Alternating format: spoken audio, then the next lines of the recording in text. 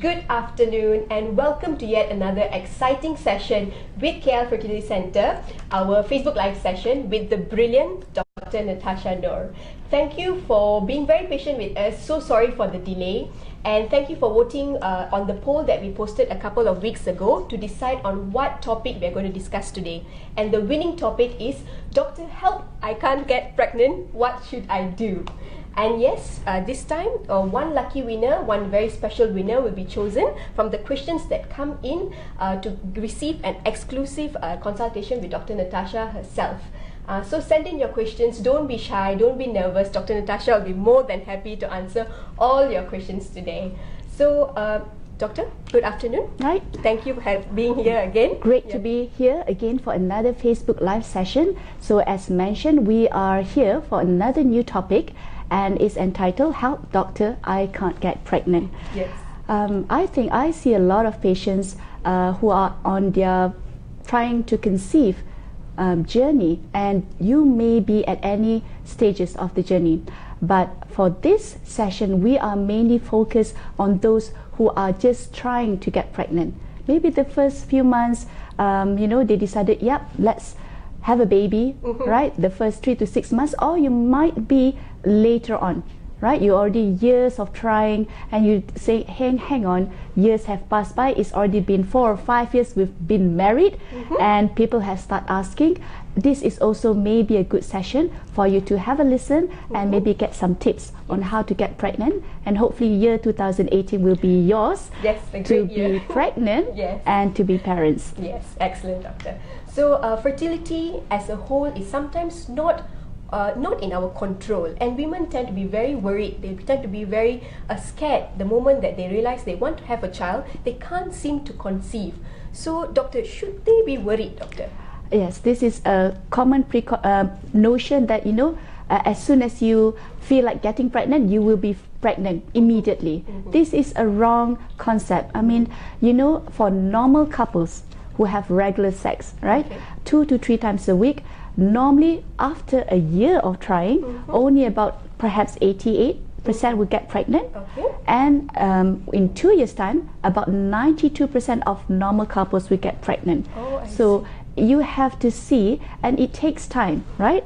A lot of patients say, hang on, I've been trying for 3 months and start panicking.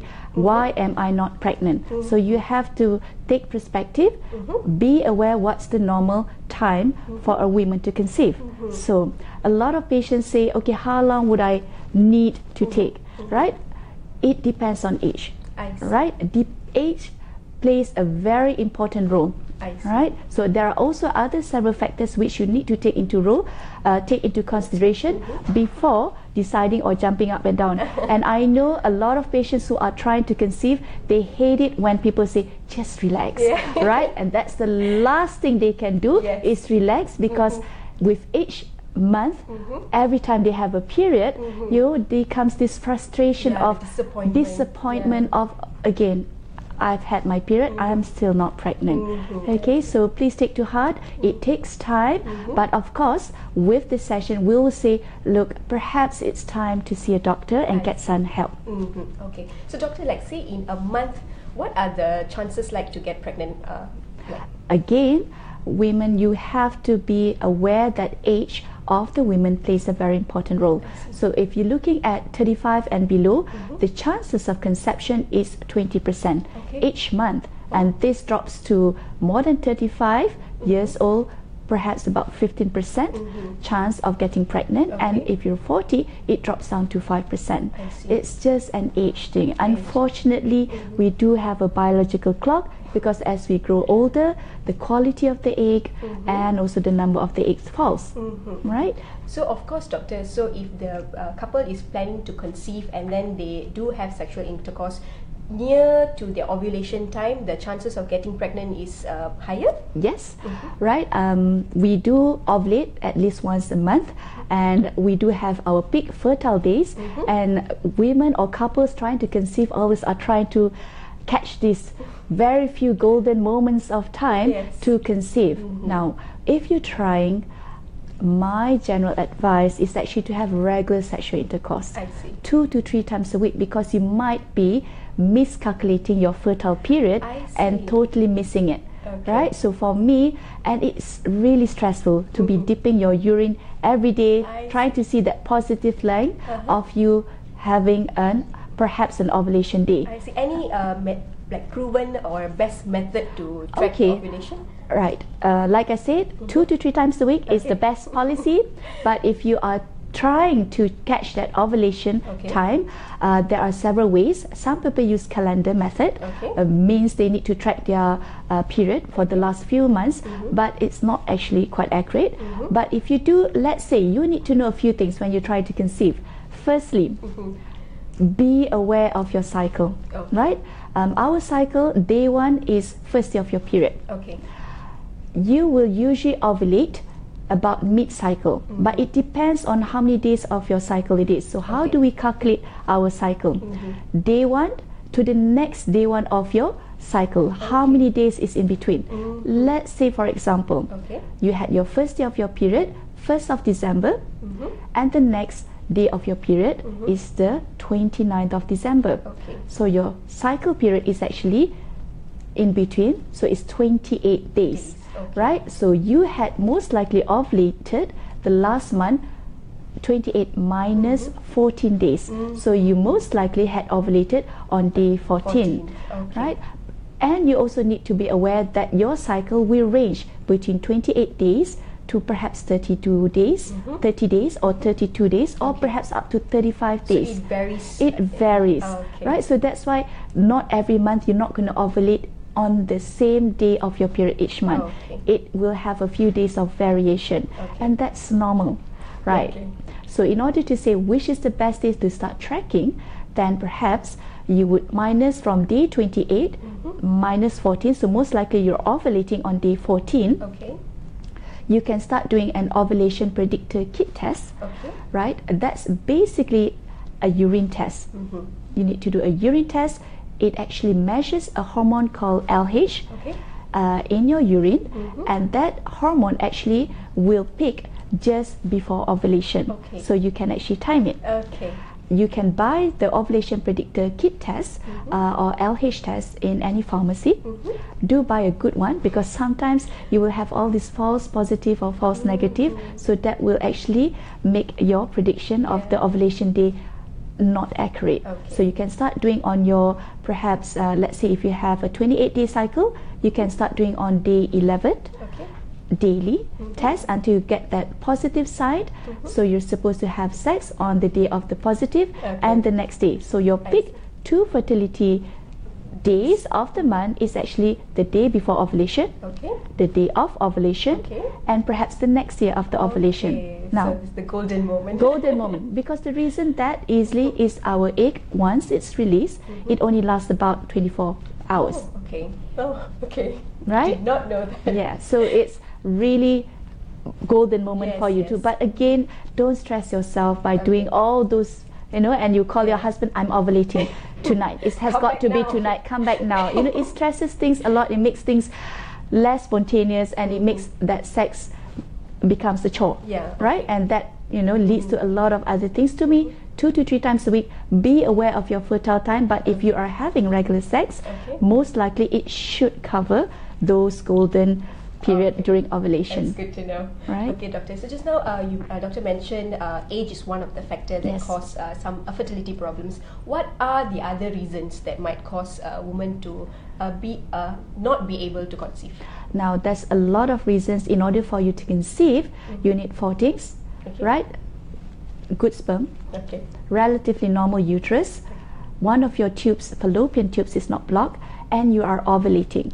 Now, a good sign of ovulation is that you have regular cycle. So if you have irregular cycle, probably that you're not ovulating as frequently as you should. But for other things like tube issues, maybe uterine abnormalities or sperm issues, sometimes you have no clue whatsoever. Right? A woman might say, well, I'm fit, I'm healthy, I'm young.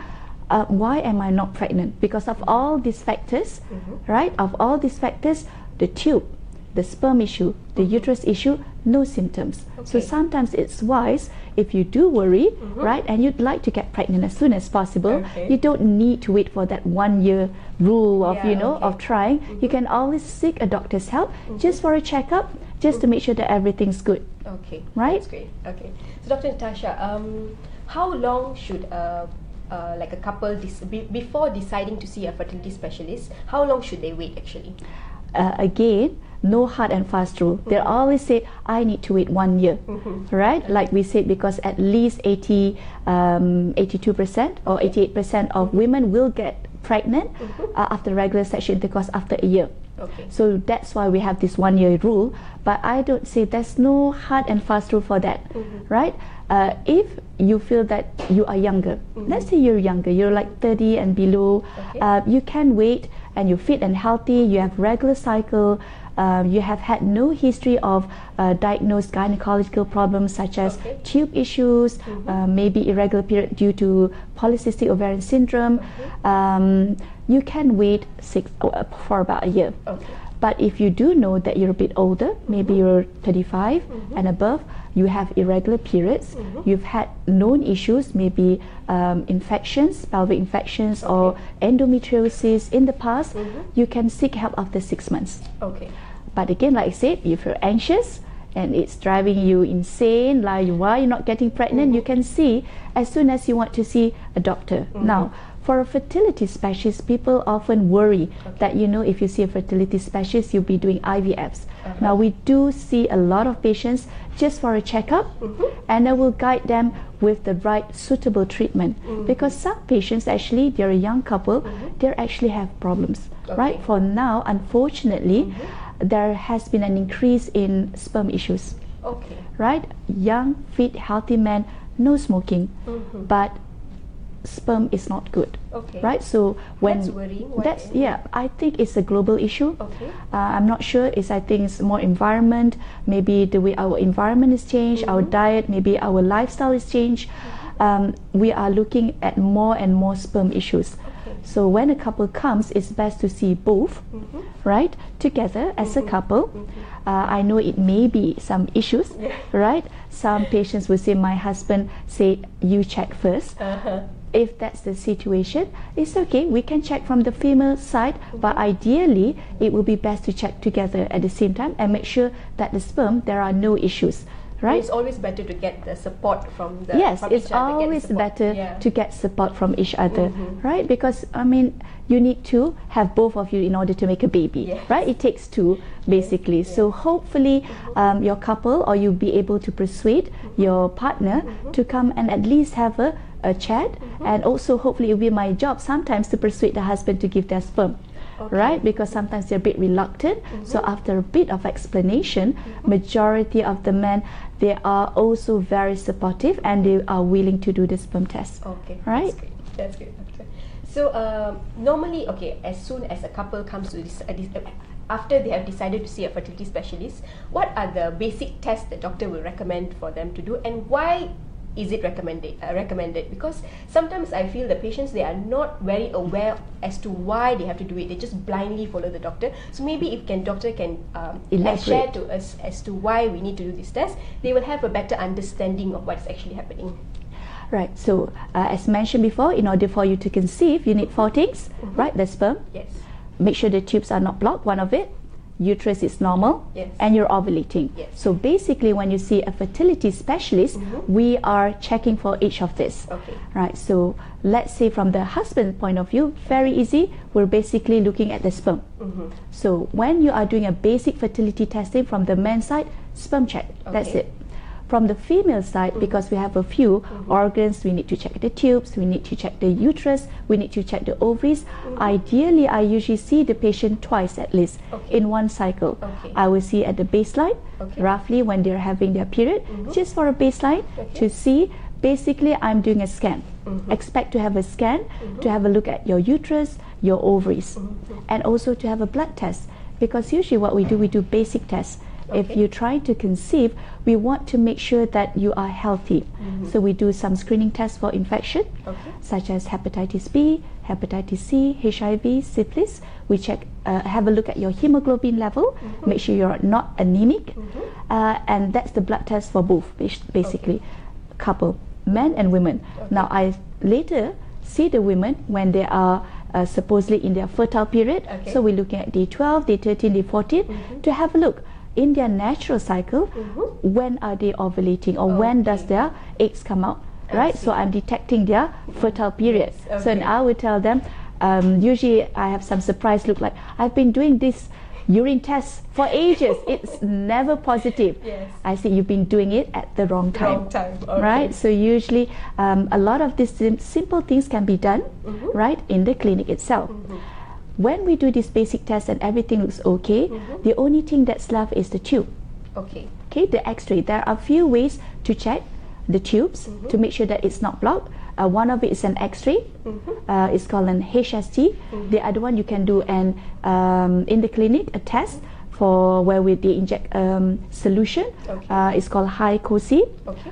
Or if we see a cyst or something that we worry during the basic scan, then a woman will have to check their tubes by a procedure or an operation called a diagnostic laparoscopy and dye. Okay, so two ways to test the tube, right? Either you do non-invasive or invasive. Hopefully you'll go for the non-invasive, Non-invasive one. right? Just an X-ray test, right? Or else if we do have a scan, there is an issue, there is a cyst especially, or we worry that the tubes are dilated, then you'll be going for a more invasive, and that involves an operation, unfortunately. So within the span of 1 month, 2 months of that cycle, Okay. you will have completed your test. Yes, and you will hopefully get an answer to why they're Yep. unable to conceive. Right. Just be wary that some couples, after all this testing, comes up with nothing. Everything's normal, I see. but they've been married perhaps for 4 years, 5 years, and that's what we call unexplained infertility. Now, be aware that our testing for fertility, it's not complete. It's basic. Can you imagine making a baby? There are so many processes involved. There is no way that our basic fertility testing would be able to pick up everything. Oh, okay. Right? So if you have done the testing, it's normal, proceed. Go and do your suitable fertility testing. Okay. Right? Fertility treatment, be it Clomid, be it IUI, be it IVF. For unexplained infertility, you have to discuss with your doctor. You still need treatment. Okay. Right? Especially if it's longer period. Like 5 years to me and above, it's a bit long, right? And we'd like to let patients to conceive as soon as possible instead of being on the fertility TTC journey for a long time, Yes, right? yes. It creates lots of stress, Yeah. right? And Stress. everybody keeps saying relax, Relax, and you get correct. You feel like strangling the. I know. So I now try not to say relax. I say, what can I do to help you? Yes, great. Right? That's great. So we have a question just now, Dr. Natasha. You mentioned something about HSG. So one of the questions that viewers ask is, how long should she wait after a first HSG to have a second HSG? Okay. Now, like I said, the test that we do, including HSG, it's not perfect, right? It just tells you whether your tubes are blocked or not blocked. Your tube might not be blocked, but it may not be functioning normally because we have no test to test whether the function of the tubes is okay. We can just tell block or not block. That's it. Now, I'm a bit perplexed. Why would a patient want to do a second HST? There might have been issues in the first HST, because usually if you've done the first HST to check the tubes and it says it's normal, I would accept it as normal. Okay. Right? And if you've done it quite a few years ago, maybe you did it when you're younger and had a break, and then you wanted to start back again, provided the scan is normal, you've had no symptoms or history to suggest there will be tubal issues, I would probably just accept the first one as normal. Okay. The second time is usually for you to say maybe there was some problem during the first HST, maybe a block, maybe a spasm. Usually then you can do 2 months, 3 months down the road. There is no hard and fast rule. We have to know why you actually want to repeat the test in the first place, right? Just to confirm, right? A lot of patients do a lot of times. Like to me, If it's blocked, okay, again, HSC, very difficult. It's not 100% accurate. Okay. If you have doubts, yes, proceed. But if you have doubts again on the second HSC, you need to discuss with your fertility specialist. Look, do we need to do another more test, which most likely is more invasive? Okay. Or do we need to just accept for whatever we have from the HSC? So there's no black and white. You need to discuss, and based on your background and your situation, we will then decide which is the best course of action to take. So you need to know. So if you want, you can email me regarding your issue, why you would like to do a second X-ray. Yes, with right? details background. Yeah, as to details. why. Then I would perhaps able to answer more clearly why or when you can do that HSC. Thank you, Dr. Tasha. So another question would be, what is the most appropriate diet a man and a woman must have to like ensure their ovum and also the sperm quality is on a better side? Now, when you're trying to conceive, you always have to take care of yourself. Yes. You know, that's why some of the reasons that young couples actually have reasons, they're just like you, probably very busy, right? Stressed out, not taking care of yourself, not eating well, probably miss some of the meals, right? And also a lot of fast food, right? Correct, on and off, maybe Maggie me on and off. But I think you should start taking care of yourself, right? Eat healthy, balanced, regular diet. There's no, magic. I mean, it's no point of me saying, all right, eat this sort of food, and you don't eat well, you're maybe skipping meals, you're not sleeping well, right? Or you don't have a healthy lifestyle. It doesn't work that way. So you have to it's a holistic, take care of yourself, means include looking at your diet, make sure that it's healthy, have regular meals, don't skip especially your breakfast, right?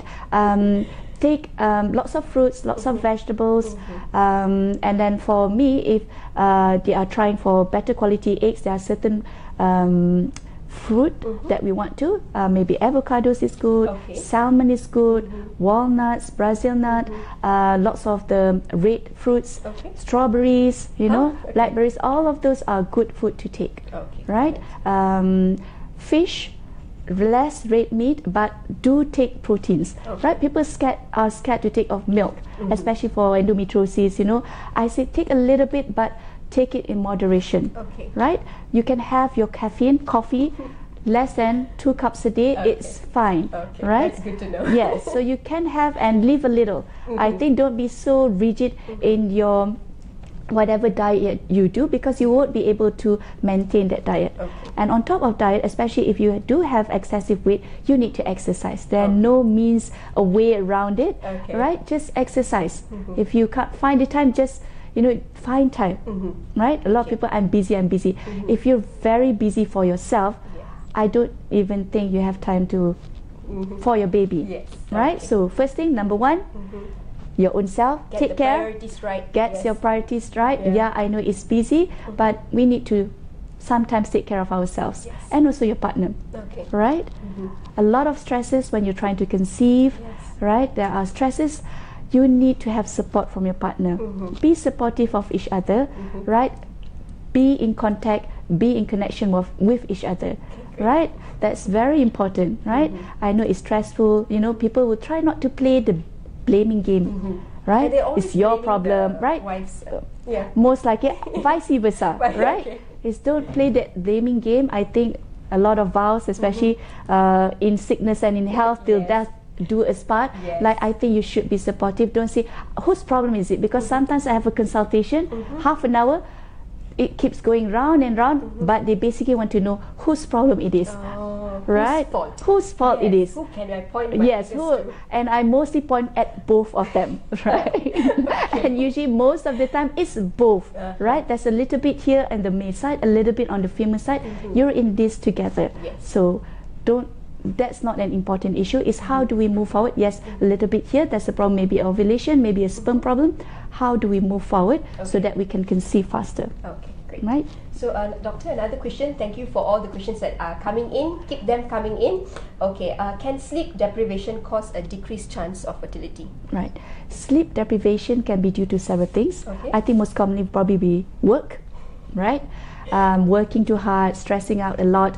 We can see in actually some studies to show that if patients don't have regular sleep, or if they are, they have night shifts, their chances of conceiving is lower and probably increased risk of miscarriage, right? But it's not for everybody, or else we won't have any doctors or nurses or anybody who's doing shift work, on right? calls and on calls and things. But do try to get enough sleep as much as possible. Have regular sleep, but yes, sleep deprivation is not good. Usually I tell my patients, how do I prepare to go diet? I say, take care of yourself and be like a baby. Sleep by 10 o'clock max. 10 o'clock, go and just sleep. Right? Okay, another question would be, can vaginal lubricants really interfere with fertilization?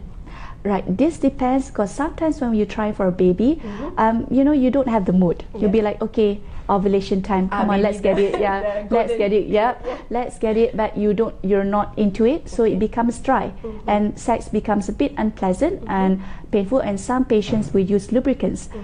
Be aware that some lubricants are not suitable and it kills the sperm, right? Some common lubricants are KY jelly, right, which you can get at the pharmacy. That's actually not good for the sperm. So if you are looking for lubricants, do find lubricants which are sperm friendly.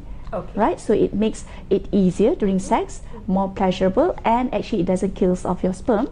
Some of the common ones are called pre-seed, Preseed. You can Google it online. Some pharmacy, not all pharmacies have it, right? So no KY jelly. Try to get the sperm friendly. Pre-seed is one of the common ones. There are a lot of others too. Okay. Thank you, doctor. And another would be,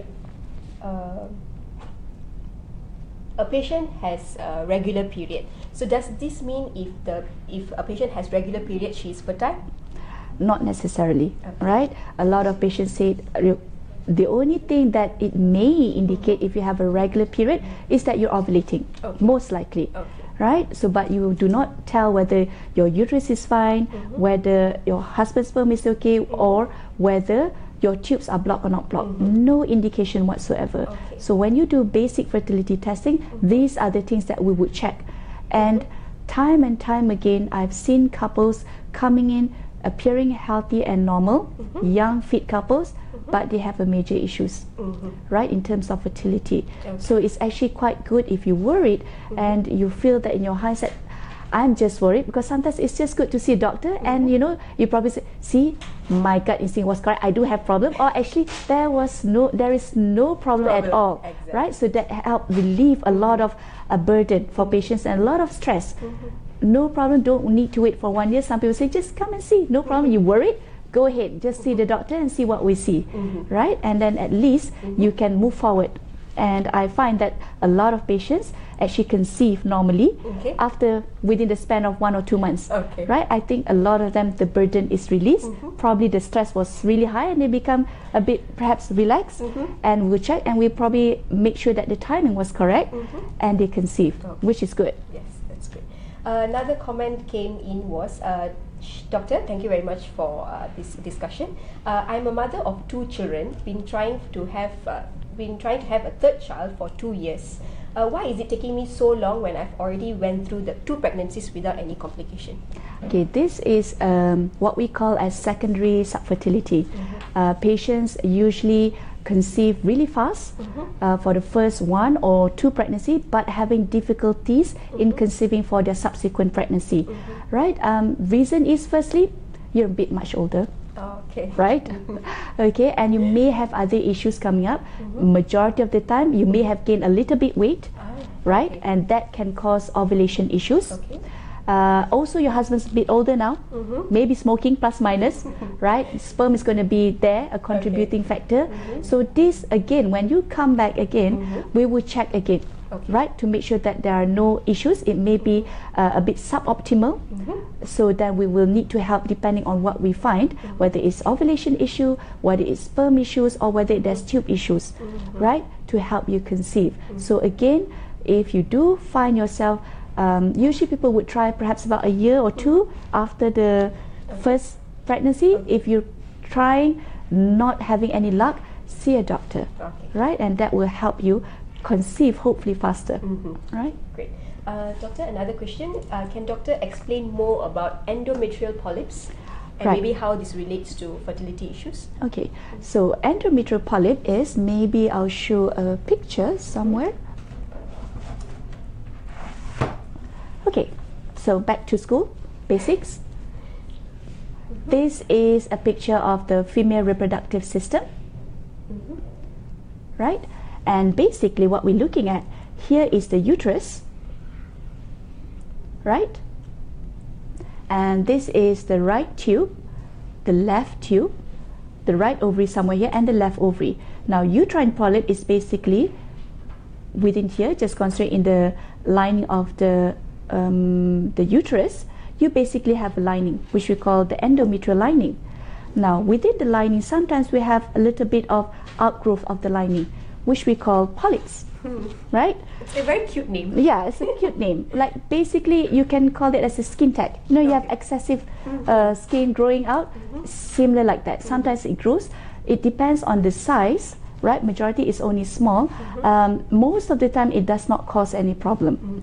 But some studies have shown polyps sometimes can cause a bit of issues with implantation. So especially for those patients who are going through IVF, where they are about to have implantation, that is transfer of the embryo, I usually, if I find a polyp, I will remove it, right? Because I want to put the embryos in. I don't want anything else to reduce the chances of implantation, right? So usually that polyp can be removed with a simple procedure. Just put a camera in the vagina called a hysteroscopy, and that can be done as an inpatient. Just come in on that day, the next day you can go home, right? So polyp is something that, yes, especially for IVF, I would remove it first before putting in the transfer. Yes. Okay. So a very caring husband has asked, what are the vitamins or supplements should my wife take before getting pregnant, doctor? Usually my general advice, minimum folic acid, right? Because it would improve the egg quality. Dosage, we're looking at a minimum of 400 to 800 microgram. A multivitamin, right? To make sure that, you know, we've boosted up everything. There's no deficiency in the multivitamin. A fish oil, because sometimes, especially fish oil, it helps reduces inflammation, especially with endometriosis, right? And also we'd like to also supplement with coenzyme Q10. All of this can be bought in pharmacies, right? The coenzyme Q10 is basically for egg quality. So all this supplement is to boost up, make sure the egg quality is good, and the husband, depending on the sperm results, probably if everything looks okay, he could take a multivitamin as well, right? Just to make sure that it's optimized. I see. Okay, thank you very much, doctor. Another question would be, doctor, how would you advise me to bring my husband in for a consultation? Okay, it's a bit difficult for me because at some juncture, what we can do is, if the husband's reluctant, I would check the wife's side first. Then after checking, I'll say, look, we've all checked and doctor wants you to come in. Right? So what we can do, if the husband's not coming forward, we say, okay, do your side first. If everything's been checked, everything's normal, then you have to ask, and usually I say the wife will pass a message that the doctor would like to see him and for a discussion. And usually during the discussion, consultation, most of the time I'll be able to persuade the husband to do a sperm check. And the husband shouldn't be worried, doctor. They shouldn't fear the stigma. They shouldn't fear being less of a man to come in for a fertility consultation. I think you're more of a man if you would do your sperm test, because then you would want to be a father, right? At any cost, you would then play your part, right? And part of it, you need to check, make sure that there are no sperm issues. But with the fertility treatment, a lot of the sperm issues can be overcome. At least, you know, your wife will be feel supported, right? That make sure that you are part of the you know, trying to conceive plan, and this will indicate also how supportive you'll be later on. But you know, I think in general, man, you should not be worried. Okay, just do this. But there's always some medication or treatment which is suitable for you to have. If in the case, the worst case scenario, yes, you do have a sperm problem, right? Which I would actually advise up to 30 to 40% of the cases now, we do have sperm issues. right? So this as is, Doctor mentioned. yeah, so this is an important thing that men should be aware of, that sperm is becoming an issue. So actually one of the important things that should be checked as part of a fertility testing, sperm should be checked. Okay. Right? Okay. So doctor, another question is, this comment came in. She's thinking about freezing her eggs to be used when she's ready, maybe when she's when she has less commitments. She has a lot of commitments now.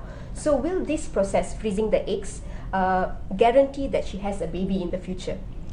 A few important things that you need, or patient need to be aware with regards to freezing the eggs, right? It sounds beautiful. Freeze the eggs, have your baby later when everything's done. Thaw it when yeah. you're ready. Few things with that is you need to freeze the eggs when you're younger. Okay. You're looking at early 30s, right? And it's not insurance, which is 100% guarantee. If you do freeze, let's say in your early 30s, that you will have a baby. Okay. Right? When you're about 40 years old, or when you're ready to do. It's not, you have to be aware that's not the case. So for me, basically, if you say you have, for some reason you aren't able to start your family, see a fertility specialist earlier. If you feel that, egg freezing will be for you. Have a discussion, know more about it, but don't say that, yeah, I'll do the egg freezing, fantastic, all settled. All set, yes. Right? Because it's not going to be 100%. You still may not end up with your baby even though you freeze the eggs. Right? Okay. So Dr. Natasha, as a fertility specialist, you must have an abundance of wisdom when it comes to fertility topics and issues. What would you say would be like your final thoughts about this topic? Okay, several things, right? For women, we're trying to conceive, get information, right? A lot of frustration, a lot of stress comes with patients not knowing, right? Not having enough information. Like they worry because when they come in, they are not even aware of their menstrual cycle. So you have to start be aware of your body, especially your period. When was your first day of your period? How many days your cycle period is, so that you can have an understanding or an idea what's happening. Have regular sex, right? Regular 2 to 3 times. Sometimes they will email me, doctor, when is the day of my ovulation? You get stressed. Yes, we can do that, but there are some pitfalls for testing for the ovulation day, and calculate. So you're actually doing the wrong time, because sometimes patient will be just focusing on doing on the right day, and the way they check it is wrong. So for us, if you're trying to conceive 2 to 3 times a week, right? So that would be the ideal way. Also take care of your health, right? Take care of yourself, right? Number one. I know we are all hard-working people, young working people, always going for a career, but you need to take care of yourself, okay? And always get in contact with your husband, your loving partner, because as you try for a baby, there are stresses involved. Sometimes people shut out. Okay, it's sad, and things happen along the way. We shouldn't. So usually I try to ask patient to get the support, be together, right? The chances of them conceiving would be higher, right? Because you feel a bit more calmer, you feel supported, and you tend to move along the right direction when you're both in it together. What else? Go and seek help. A lot of patients will feel scared to go, but a lot of patients will find relief, right? They find relief that, oh, okay, actually it's not bad, actually it's nothing, and they'll be smiling. Yeah, it's actually nothing to worry, and it'll take probably, if I do have a problem, then I know, okay, this is the steps I need to take. So don't be as scared. If you feel that you want to see a fertility specialist, go ahead, go and see, get some information, and then hopefully then you have more information, then you know what to do next. Then it's again up to you how comfortable you are, how fast you want to move along. But again, age counts, so don't wait too long. If you say that you're busy, just have a chat, and then we'll have a discussion, because sometimes after discussion you might change your mind and say, look, perhaps it's time to move, perhaps age is catching up, or there are issues that delaying your childbearing would make it worse. Right, so very important. but always have a checkup, right? Are there any further questions perhaps from the Facebook that you need to be answered? Okay. Yeah, okay, we'll answer a few questions. We'll answer, yes. Okay, there's another. Doctor, what are the options now that for the treatment options for fertility issues? Now that they've done all the basic tests, they've maybe figured out what's wrong, and so what are the options? Okay.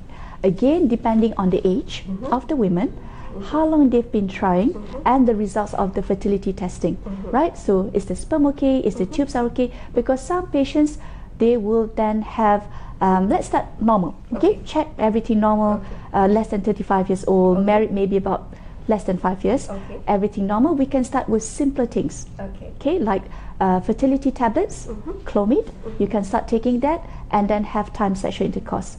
The next step up will be IUI, or a short form which we call intrauterine insemination.